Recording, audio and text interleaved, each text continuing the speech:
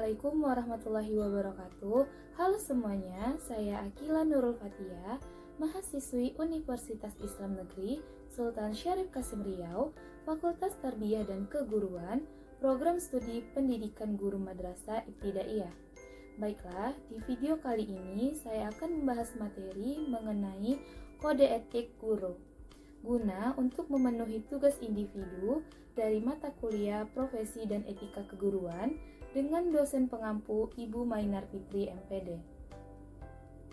Pembahasan pertama mengenai pengertian kode etik guru. Kode etik suatu profesi merupakan norma-norma yang harus diindahkan dan diamalkan oleh setiap anggotanya dalam pelaksanaan tugas dan pergaulan hidup sehari-hari di masyarakat. Norma-norma tersebut berisi petunjuk-petunjuk bagaimana mereka melaksanakan profesinya dan larangan-larangan tentang apa yang tidak boleh diperbuat atau dilaksanakan. Tidak saja dalam menjalankan tugas profesi, tetapi dalam pergaulan hidup sehari-hari di dalam masyarakat. Pembahasan kedua mengenai tujuan kode etik. Pada dasarnya, tujuan merumuskan kode etik dalam suatu profesi adalah untuk kepentingan anggota dan kepentingan organisasi profesi itu sendiri. Secara umum, tujuan mengadakan kode etik adalah sebagai berikut. Yang pertama, menjunjung tinggi martabat profesi. Kode etik dapat menjaga pandangan dan kesan pihak luar atau masyarakat, agar mereka tidak memandang rendah terhadap profesi yang bersangkutan. Oleh karena itu, setiap kode etik suatu profesi akan melarang berbagai bentuk tindak tanduk atau kelakuan anggotanya yang dapat mencemarkan nama baik profesi. Yang kedua, untuk menjaga dan memelihara kesejahteraan para anggotanya. Kesejahteraan mencakup lahir atau material maupun batin atau spiritual, emosional atau mental. Kode etik umumnya memuat larangan-larangan untuk melakukan perbuatan-perbuatan yang merugikan kesejahteraan para anggotanya. Yang ketiga, pedoman berperilaku. Kode etik mengandung peraturan yang membatasi tingkah laku yang tidak pantas dan tidak jujur bagi para anggota profesi dalam berinteraksi dengan sesama rekan anggota profesi. Yang keempat, untuk meningkatkan pengabdian para anggota profesi. Kode etik berkaitan dengan peningkatan kegiatan pengabdian profesi, sehingga bagi para anggota profesi dapat dengan mudah mengetahui tugas dan tanggung jawab pengabdiannya dalam melaksanakan tugasnya. Oleh karena itu, kode etik merumuskan ketentuan-ketentuan yang perlu dilakukan para anggota profesi dalam menjalankan tugasnya. Yang kelima, untuk meningkatkan profesi.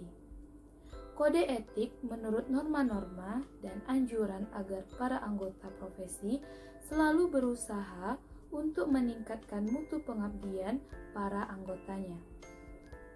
Yang keenam, untuk meningkatkan mutu organisasi profesi. Kode etik mewajibkan setiap anggotanya untuk aktif berpartisipasi dalam membina organisasi profesi dan kegiatan-kegiatan yang dirancang organisasi. Pembahasan ketiga mengenai fungsi kode etik guru. Adapun fungsi kode etik guru sebagai berikut.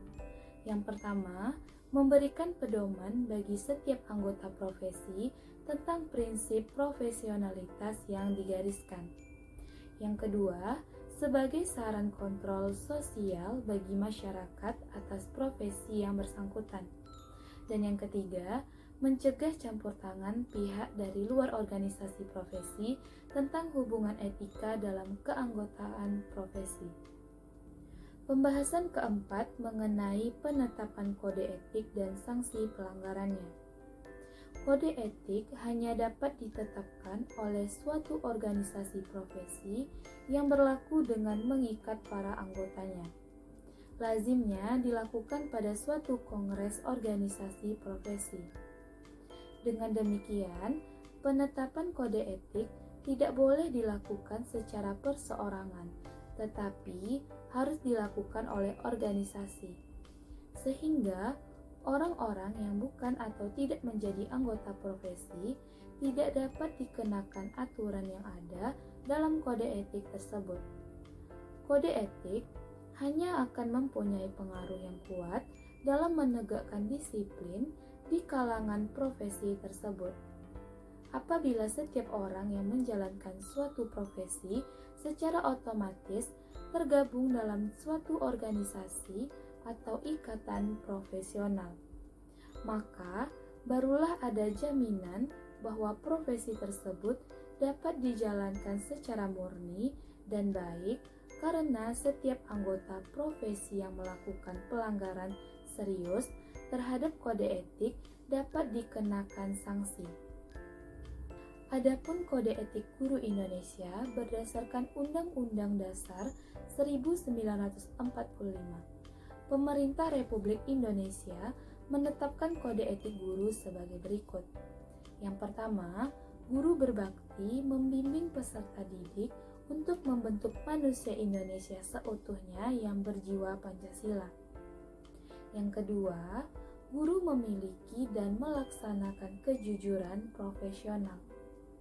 Yang ketiga, guru berusaha memperoleh informasi tentang peserta didik sebagai bahan melakukan bimbingan dan pembinaan. Yang keempat, guru menciptakan suasana sekolah sebaik-baiknya yang menunjang berhasilnya proses belajar mengajar. Yang kelima, guru memelihara hubungan baik dengan orang tua murid dan masyarakat sekitarnya untuk membina peran serta rasa tanggung jawab bersama terhadap pendidikan. Yang keenam, guru secara pribadi dan bersama-sama mengembangkan dan meningkatkan mutu dan martabat profesinya. Yang ketujuh, guru memelihara hubungan seprofesi, semangat kekeluargaan, dan kesetiakawanan sosial.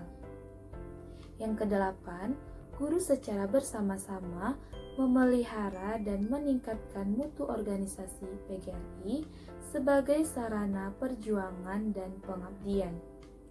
Dan yang kesembilan, guru melaksanakan segala kebijaksanaan pemerintah dalam bidang pendidikan. Demikianlah pembahasan materi mengenai kode etik guru. Jika terdapat kesalahan atau kekurangan, saya mohon maaf. Wassalamualaikum warahmatullahi wabarakatuh.